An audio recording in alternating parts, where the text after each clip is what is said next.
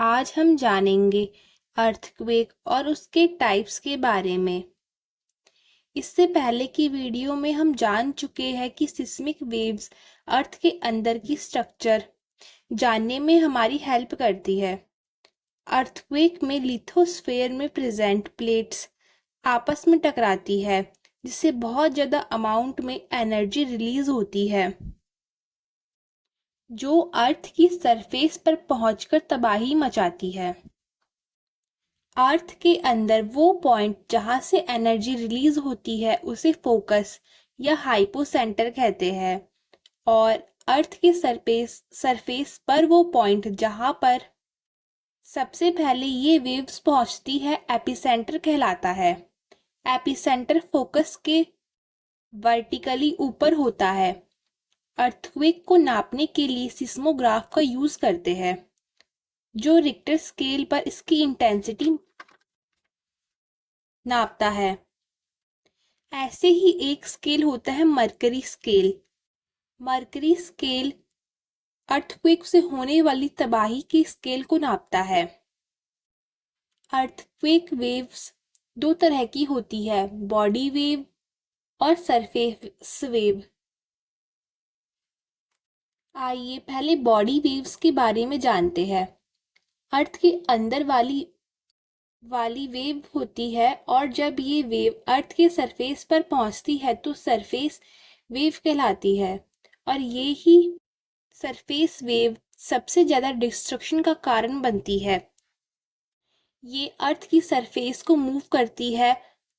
ये दोनों waves, body wave और सरफेस वेव, इनकी वेलोसिटी उस मटेरियल पर डिपेंड करती है जिससे वो ट्रैवल करती है। अगर मटेरियल ज़्यादा डेंस होगा तो वेव की वेलोसिटी भी ज़्यादा होगी और ये उतना ही डिस्ट्रक्टिव होगा। अब बॉडी वेव की क्लासिफिकेशन को देखते हैं। पी वेव्स जिसे प्राइमरी वेव बोलते हैं, और एस वेव जिसे सेकेंडरी वेव बोलते हैं। बॉडी वेव्स के दो टाइप्स हैं। जो पी वेव होती है वो सॉलिड, लिक्विड और गैस तीनों में ट्रैवल कर सकती है, जबकि जो एस वेव होती है वो ओनली सॉलिड में चलती है, और पी वेव की स्पीड एस वेव से ज़्यादा होती है। पी वेव जिस डायरेक्शन में जाती है उसके पैरेलल चलती है, जबकि जो एस वेव होती है वो जिस डायरेक्शन में जाती है उसके परपेंडिकुलर प्रोपगेट करती है। क्योंकि एस वेव परपेंडिकुलर चलती है तो ये रॉक्स को तोड़ती हुई चलती है, इसीलिए पी वेव्स की अपेक्षा एस वेव ज़्यादा तबाही का कारण बनती है। Seismograph P and S wave को मापकर भूकंप और उसके एपिसेंटर की पहचान कर सकता है। जिस एरिया में भूकंप नहीं आता उसे शैडो जोन कहते हैं। अब आइए देखते हैं शैडो जोन कैसे बनता है। इसका सिंपल रीज़न है कि जो पी वेव और एस वेव होती है, जो पी वेव्स होती है वो तीनों लिक्विड, सॉलिड और गैस से ट्रैवल कर सकती है, जबकि जो एस वेव होती है वो ओनली सॉलिड में से ट्रैवल कर सकती है। और जो अर्थ के अंदर मटेरियल होता है उसमें सॉलिड के अलावा लिक्विड भी होता है, जैसे अपर कोर और लोअर मेंटल में। तो एस वेव इन लिक्विड वाले पार्ट से ट्रैवल नहीं कर पाती और उसका शैडो जोन बड़ा बनता है। नॉर्मली जो पी वेव का शैडो जोन होता है वो एपिसेंटर से 105 डिग्री से 145 डिग्री का होता है, और वहीं एस वेव का शैडो जोन 145 डिग्री से 145 डिग्री का होता है। इस तरह अगर हमें एपिसेंटर पता है तो हम किसी भी अर्थक्वेक का शैडो जोन बना सकते हैं। अब आते हैं टाइप्स ऑफ अर्थक्वेक पर। इसमें फर्स्ट है टेक्टोनिक अर्थक्वेक।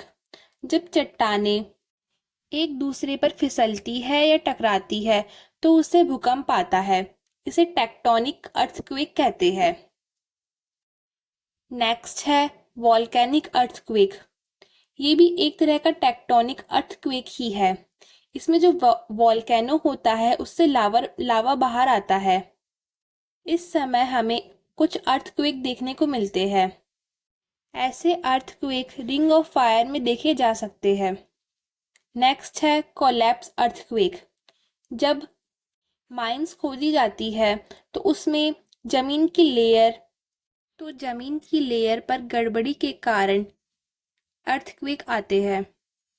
नेक्स्ट है एक्सप्लोजन अर्थक्वेक। ये न्यूक्लियर टेस्टिंग के समय देखी जा सकती है। लास्ट है reservoir induced earthquake.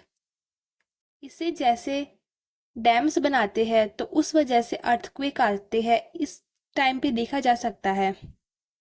Thank you for watching this video.